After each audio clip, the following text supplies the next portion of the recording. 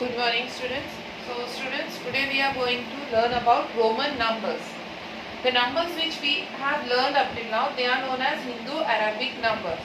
And today we will learn about the Roman numbers. In Rome, the earlier people, they used to use only 7 letters to represent the numbers. Now how do you use to represent the numbers using only 7 letters? Okay, so that we are going to learn today. There are some rules that have to be followed. So first we'll learn which letters are used to represent the numbers. The 7 letters that they use are I, B, X, L, C, D and M. Okay, so these are the 7 letters that they have used. Now here I, it represents 1, B, 5, X, 10, L, 50, C, 100, D, 500 and M represents 1000. So these are the numbers which are represented by these 7 letters. Like in our Hindu-Arabic number system, we have place value. Whereas in Roman number system, we don't have place value. We do have 0 in Hindu-Arabic number. Whereas in Roman number, we don't have 0. Only these 7 letters are used to represent the number. Now how do we use them? Now see over here.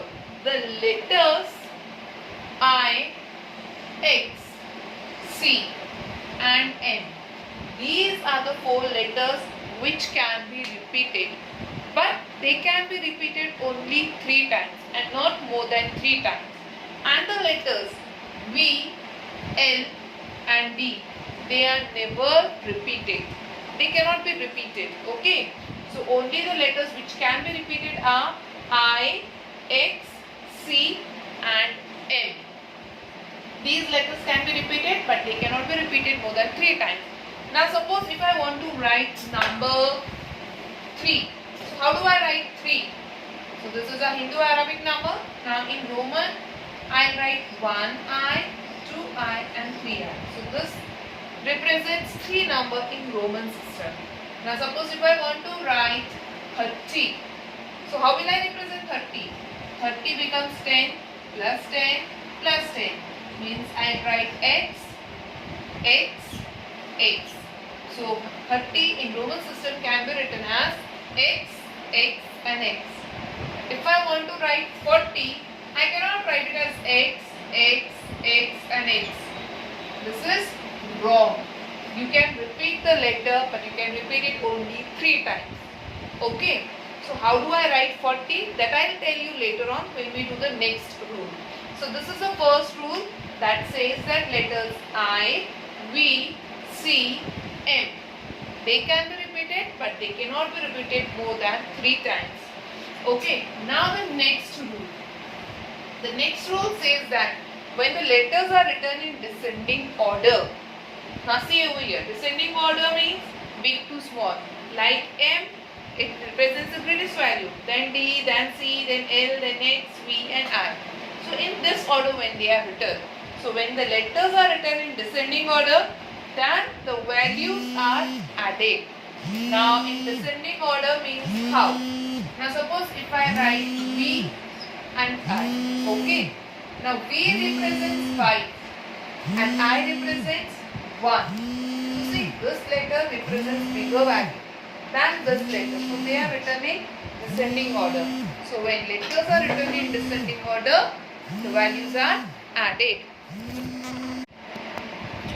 Okay, so V represents 5 and I represents 1. Now these letters, they are written in descending order because 5 is greater than 1. So when letters are written in descending order, we add their values.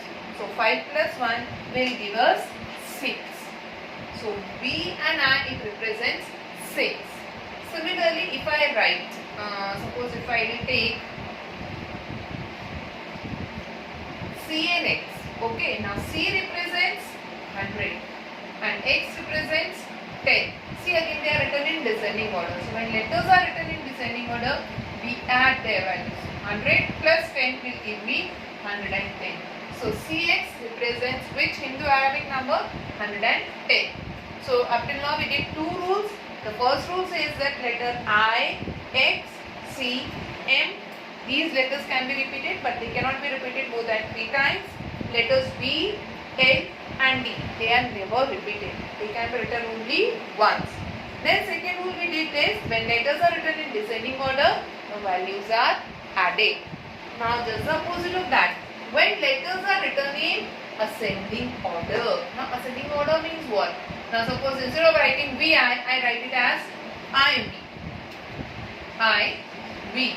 Okay, instead of writing it as CX, I write it as XC. Now how are these letters written? Now they are written in ascending order. Small to big. Like I represents 1, B represents 5. X represents 10, C represents 100. So now see these values, they are written in ascending order. So when values are written in ascending order, we subtract them. So 5 minus 1 will give me 4 and 100 minus 10 will give me 90. So IB, it represents 4.